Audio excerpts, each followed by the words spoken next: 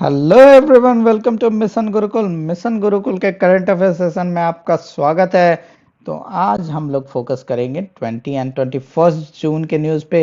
हमारा थोड़ा सा पेंडिंग हो गया था करंट अफेयर्स, क्योंकि I was busy with some other projects, और उसमें मैं साइंस के लेक्चर्स आपके लिए लेके आया था, और साथ ही साथ कल भी कुछ इम्पॉर्टेंट वर्क रह गया था, जिसके कारण करंट अफेयर्स 2-3 दिन से मिस हो गया था। तो आज हम लोग दो छोटे सेशंस में जो भी पेंडिंग बैकलॉग्स है उसको पूरे अच्छी तरीके से कवर करेंगे।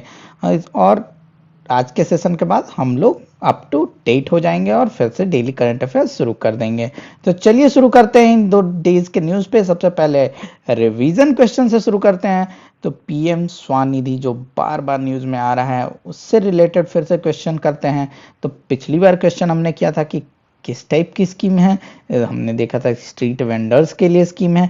तो आज देखते कि इसकी इम्प्लीमेंटिंग एजेंसी कौन सी है, कौन सी मिनिस्ट्री का है। ये आप लोग कमेंट करके बताइएगा। जो अभी लाइव देख रहे हैं वो लाइव सेशन में कमेंट करके बताएं। अगर नहीं पता है तो वीडियो के बाद आपको रिवाइज कर लेना चाहिए हमारा लेक्चर्स, और वीडियो के नीचे कमेंट कर देना चाहिए। क्योंकि आप एक बार कोई भी चीज़ सिर्फ पढ़ लेने से याद नहीं होती। अगर आप उसको पढ़ के अगर आप लिख दें एक बार, तो वो आपके दिमाग में बैठ जाता है। तो इसकी इम्प्लीमेंटिंग एजेंसी कौन है? इसकी इम्प्लीमेंटिंग एजेंसी सीडबी है। मैं आपको बता देता हूँ। ओला प्रोजेक्ट किस चीज़ से रिलेटेड है?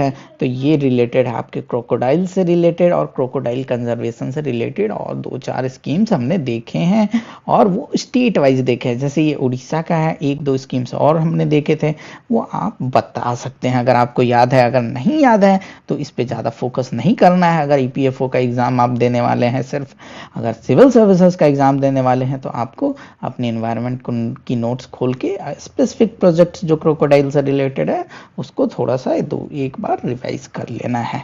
अब चलते इकोनॉमी एंड डेवलपमेंटल इश्यूज में। इकोनॉमी एंड डेवलपमेंटल इश्यूज में गाफा टैक्स न्यूज में रहा है। तो गाफा टैक्स किसको के लिए रिलेटेड बोला जाता है? गूगल, एप्पल, फेसबुक और अमेजन। देखिए प्रॉब्लम क्या होती है। जैसे गूगल एक साइट है। गूगल एक साइट है, लेट्स से इसका बेस कहीं है यूएसए में, या फिर इसका बेस मान लीजिए इन्होंने बना रखा है कोई टैक्स हेवन में।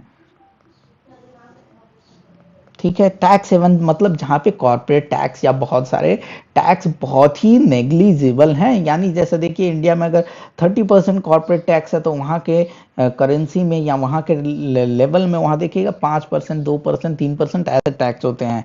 तो क्या होता है, जैसे आप तो यहाँ से साइट ऑपरेट कर रहे हैं, तो साइट तो यहाँ से खोल रहे हैं, तो साइट पे जैसे अमेजन.com खोल रहे हैं, या फिर गूगल खोल रहे हैं, या फिर फेसबुक खोल रहे हैं, तो उस पे एड्स जो आ रहे हैं, जो एड्स आ रहे हैं वो क्या हैं? वो एड्स आपको दिखाए जा रहे हैं इंडिया से रिलेटेड। अगर आप फेसबुक खोलेंगे तो ऐसा ऐड नहीं आएगा कि आप यूएस के इस दुकान से ये सामान खरीदिए। कभी ऐसा ऐड फेसबुक पे देखे हैं जो आपको बोलेगा कि यूएस में जो वॉलमार्ट है आप वहां से सामान खरीदें? आपको जब भी फेसबुक पे ऐड आएगा वो टारगेट होता है इंडियन ऑडियंस से रिलेटेड।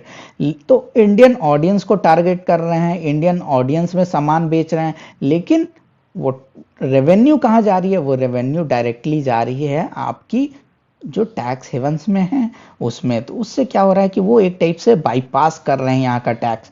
तो उसको देखते हुए, उसको मद्देनजर रखते हुए बहुत सारे कंट्रीज ने डिजिटल टैक्स लाना शुरू किया है फॉर डिजिटल एक्टिविटीज, और वैसे ही टैक्स कुछ कुछ इंडिया में भी लेवी हो चुके हैं।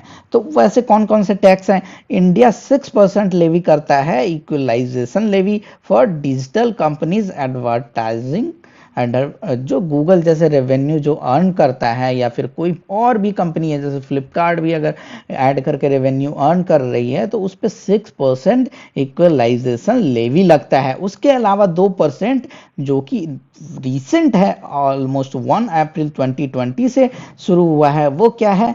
वो ओवरसीज कंपनी जो होंगी, जैसे कि ओवरसीज कंपनी अगर फेसबुक ओवरसीज कंपनी है, तो उसमें अगर आप ऐड बेच रहे हैं तो उस पर एक्स्ट्रा 2% टैक्स लगेगा। तो वो किस टाइप का इक्वलाइजेशन लेवी एक टाइप का डिजिटल सर्विस टैक्स है। तो ये दोनों स्टेटमेंट आपका सही है। और इसको किस तरह से इंट्रोड्यूस किया गया है हमारे, तो ये फाइनेंस बिल में इंट्रोड्यूस किया गया था और इसके लिए लाया गया है सिग्निफिकेंट इकोनॉमिक प्रेजेंस का एक कंसेप्ट लाया गया है। जब हम लोग टैक्सेस के बारे में पढ़ेंगे अपने इकोनॉमी सेक्शन में तो हम लोग इसको बहुत ही अच्छे से और डिटेल में देखेंगे। और तो इसका आंसर क्या हो गया, ऑल ऑफ द अबव। और ये बातें हो गई। न्यूज़ में क्या आया है कि फाइनेंस मिनिस्ट्री ने अप्रूवल दिया है किस चीज़ का, कि जो इंडिविजुअल लोग हैं वो नेशनल डिजास्टर रिलीफ फंड में डोनेट कर सकते हैं। हालांकि इसमें प्रोविजन था लेकिन कोई वैसा डायरेक्शन नहीं था कि हाँ नेशनल डिजास्टर रिलीफ फंड में इंडिविजुअल डोनेशंस हो सके। तो क्या है, एनडीआरएफ के बारे में कुछ पता होना चाहिए आपको। हमने बोला है कि कभी भी ऐसे टॉपिक्स आते हैं जिसमें न्यूज बेस्ड क्वेश्चन नहीं बन सकते हैं तो हम उसके स्टैटिक पार्ट या फिर कंसेप्चुअल पार्ट है उसको पढ़ाएंगे ताकि उससे जो क्वेश्चंस बन सकते हैं उसको कवर किया जा सके। तो एनडीआरएफ क्या था, it was set up in accordance with the section 46 of disaster management act. और डिजास्टर मैनेजमेंट एक्ट अभी के सिनेरियो में बहुत ही रेलेवेंट है। और इसको मैनेज कौन करता है, तो सेंट्रल गवर्नमेंट मैनेज करता है for meeting expenses for emergency responses, relief and rehabilitation. यहाँ पे ध्यान देने वाली बात है कि यहाँ पे 3 चीजों की बात की गई है। क्या, रिलीफ, रिहैबिलिटेशन एंड रिस्पॉन्स। सिर्फ रिस्पॉन्स करने से नहीं काम होगा, उनको रिलीफ भी प्रोवाइड करना और उसके बाद रिहैबिलिटेशन भी प्रोवाइड करना। उसके अलावा state disaster relief response fund जो है उसको भी सप्लीमेंट करता है। यानी अगर उसका फंड डिमिनिश हो रहा है कहीं, अगर लेट से उड़ीसा में साइक्लोन आया उसका फंड डिमिनिश हो गया तो उसको रिप्लेस भी करेंगे। और ये कहाँ लोकेटेड है, ये फंड किसके अंदर है, तो public accounts of government of India. और हम लोगों ने तीनों फंड देख रखे हैं, तीनों अकाउंट्स देख रखे हैं, कंसोलिडेटेड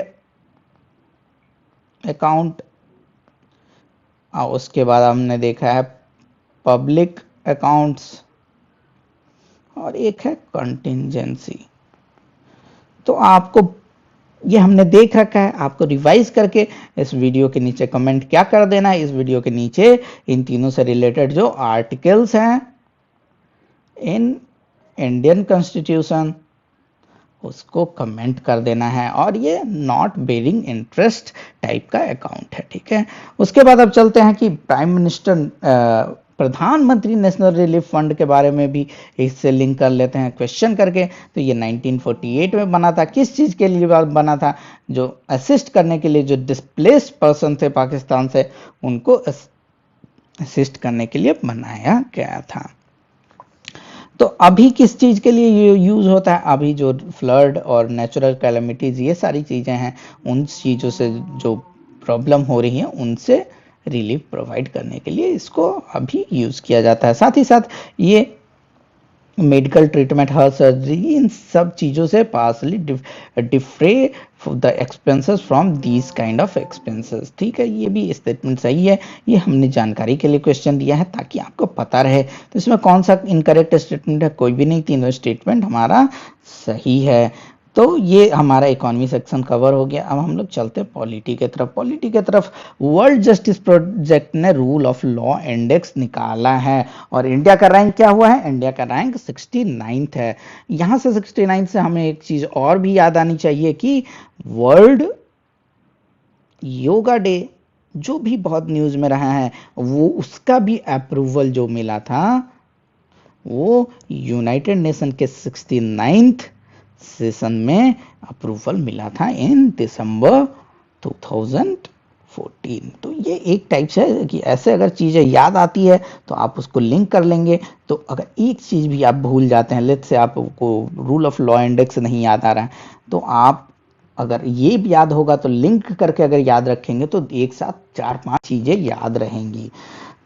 तो चलते हैं, इससे हम लोग कंसेप्चुअल पार्ट को लिंक करते हैं। रूल ऑफ जो फैक्टर्स हैं जिसपे इसको इंडिया को रैंकिंग मिलता है या फिर कोई भी देश की रैंकिंग होती है, वो ये 8 फैक्टर्स हैं। वो हम लोग पढ़ लीजिएगा, आप लोग भी पढ़ लीजिएगा। ज़्यादातर ये सारी चीज़ें हम लोग जब मेंस के आंसर लिखते हैं तो उसमें काम देती हैं, लेकिन अभी के लिए हम लोग के लिए ज़्यादा इंपॉर्टेंट कौन है कि कौन निकालता है और इंडिया का क्या पोजीशन है, और साथ ही साथ रूल ऑफ लॉ से जो रिलेटेड प्रोविजंस है वो पता होने चाहिए इंडियन कॉन्स्टिट्यूशन के। तो जुडिशियल रिव्यू बात करता है इन चीज़ों से थोड़ा सा रिलेटेड, तो उसको पढ़ लेते हैं कि judicial review in Indian constitution is based on procedure established by law, due process of law, rule of law और precedents and conventions। तो ये 3 स्टेटमेंट हैं। यहाँ पे बहुत ही लोगों को कंफ्यूजन होता है और हम लोग जल्द ही पॉलिटी स्टार्ट करने वाले हैं। कल मोस्ट प्रोबेबली या फिर जिस दिन भी मैं फ्री होऊंगा उस दिन आपको पॉलिटी का इंट्रोडक्शन वीडियो डाल दूंगा, और हमारा कंटेंट ऑलरेडी प्रीएम्बल और ऑलमोस्ट फंडामेंटल राइट्स का बन चुका है। और मेजर जो हमारा टाइम लगेगा वो स्टार्ट के 3-4 चैप्टर्स जो होंगे, preamble, fundamental rights, directive principles and fundamental duties. Fundamental duties में हालांकि बहुत कम, लेकिन ये 4 चैप्टर बहुत ही ज़्यादा इंपॉर्टेंट है। अगर कहीं भी पॉलिटी के क्वेश्चन आ रहे हैं तो ये 4 चैप्टर्स से आने ही आने हैं। तो ये 4 चैप्टर्स को हम लोग बहुत ही अच्छे से डिस्कस करेंगे और उसके बाद आपका सिलेबस बहुत ही तेजी से, बहुत ही अच्छे तरीके से निकलेगा, जिसमें सिर्फ एमसीक्यू बेस्ड हमारा अप्रोच रहेगा। तो ये तो आने वाला है, तो उसमें हम लोग ये 3 कॉन्सेप्ट्स में अंतर भी देखेंगे। तो अभी के लिए मैं आपका आंसर बता दूं कि ये बात करती है प्रोसीड्योर एस्टैब्लिश्ड बाय लॉ की, ठीक है। और हालांकि इंडियन कॉन्स्टिट्यूशन में ड्यू प्रोसेस ऑफ लॉ है, ब्रिटिश जो कॉन्स्टिट्यूशन है उससे इंस्पायर्ड है। और हम लोग देखेंगे कि क्या अंतर है इंडियन कॉन्स्टिट्यूशन और ब्रिटेन के कॉन्स्टिट्यूशन में। तो अभी के लिए बस आंसर जान लेते हैं जब हम लोग इस टॉपिक पे आएंगे, क्योंकि ये खुद में 20 मिनट का टॉपिक है, तो हम लोग उसको अच्छे से करेंगे विथ वेरियस जजमेंट्स। तो चलिए अब चलते हैं नेक्स्ट क्वेश्चन की तरफ। ये असर्शन रीजनिंग का क्वेश्चन है, क्योंकि ऐसे भी क्वेश्चंस आते हैं आपके ईपीएफओ में, तो इसको भी कर लेते हैं। One of the fundamental principles of Indian constitution is rule of law. तो ये बात बिल्कुल सही है। और constitution of India has guaranteed to every citizen the equality before law and has recognized the judiciary as unfailing guardian of right of the people। तो ये दोनों स्टेटमेंट बिल्कुल सही है और ए आर को स्टैब्लिश करता है, तो ये भी स्टेटमेंट आपका सही हो गया। कौन सा आंसर? ए, ठीक है। तो ये अभी के लिए थोड़ा सा जान लीजिए, जब हम लोग कंसेप्ट पढ़ेंगे तो देखेंगे कि हाँ, हालांकि ये स्टेटमेंट दोनों में बिल्कुल ज़्यादा अंतर नहीं है, लेकिन एक का answer procedure established by law हो गया और दूसरे में आंसर हम लोग देख रहे हैं almost rule of the law. तो क्यों ऐसा हो रहा है, ये जब पॉलिटी पढ़ेंगे तो बिल्कुल अच्छे से देखेंगे। साइंस में देखते हैं कि फ्लैबी फ्लू को अप्रूवल मिल गया है, साथ ही साथ एक और मेडिसिन है जिसको अप्रूवल मिला है कोविड-19 से फाइट करने के लिए। तो फ्लैबी फ्लू क्या है? तो एक फ्लैविपिराविर, ठीक है, ये एक दवा है जिसको अप्रूवल मिला है। तो क्या ये कौन से फार्मास्यूटिकल का है? ग्लेनमार्क फार्मास्यूटिकल्स का है। तो इसके बारे में एक क्वेश्चन करके जान लेते हैं। क्या है? ये एंटीवायरल ड्रग है जिसको फर्स्ट टाइम जापान में अप्रूवल मिला था, तो ये भी स्टेटमेंट सही है। और ड्रग है वो एक स्पेशल जो एसिड है उसको टारगेट करता है, राइबोन्यूक्लिक एसिड का पॉलीमरेज जो एंजाइम्स हैं उसको टारगेट करता है। तो वो एंजाइम्स किस चीज में हेल्प करता है? जैसे आरएनए आपका होता है और डीएनए होता है।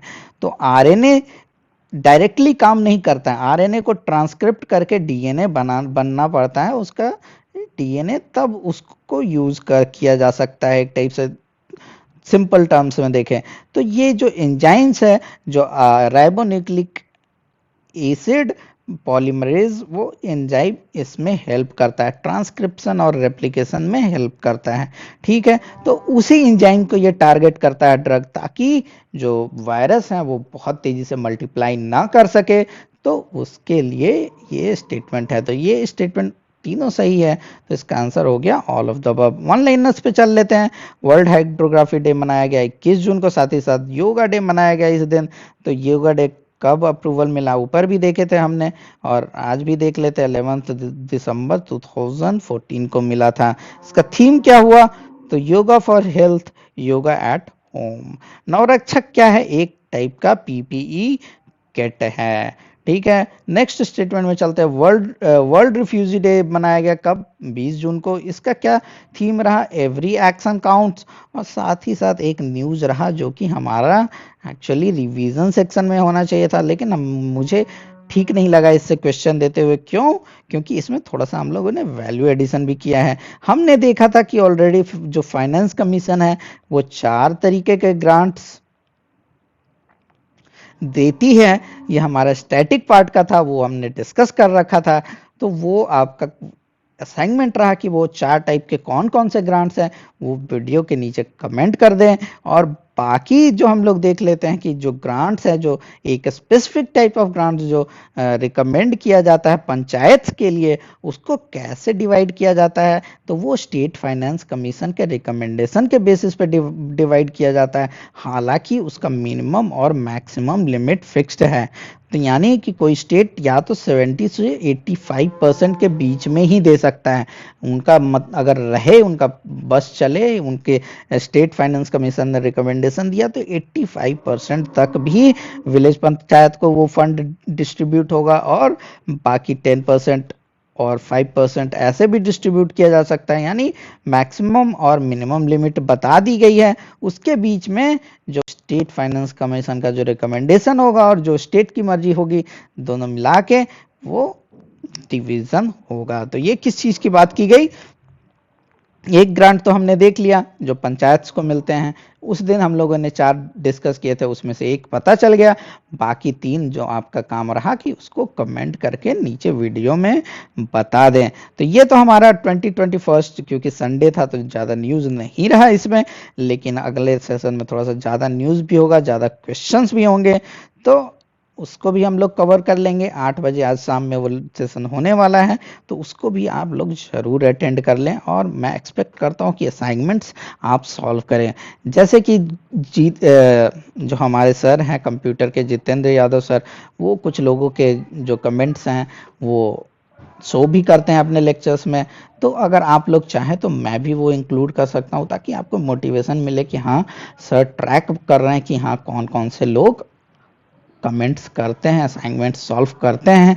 तो वो प्रोसेस भी हम लोग इंक्लूड कर सकते हैं अगर आपकी मर्जी हो तो चलिए सेशन यहीं पे एंड करते हैं। अगर पसंद आ जाए वीडियो तो इसको लाइक कर दीजिए।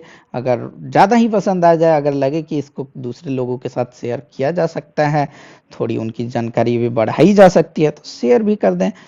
तो मिलते हैं फिर से आज ही नेक्स्ट करंट अफेयर सेशन में।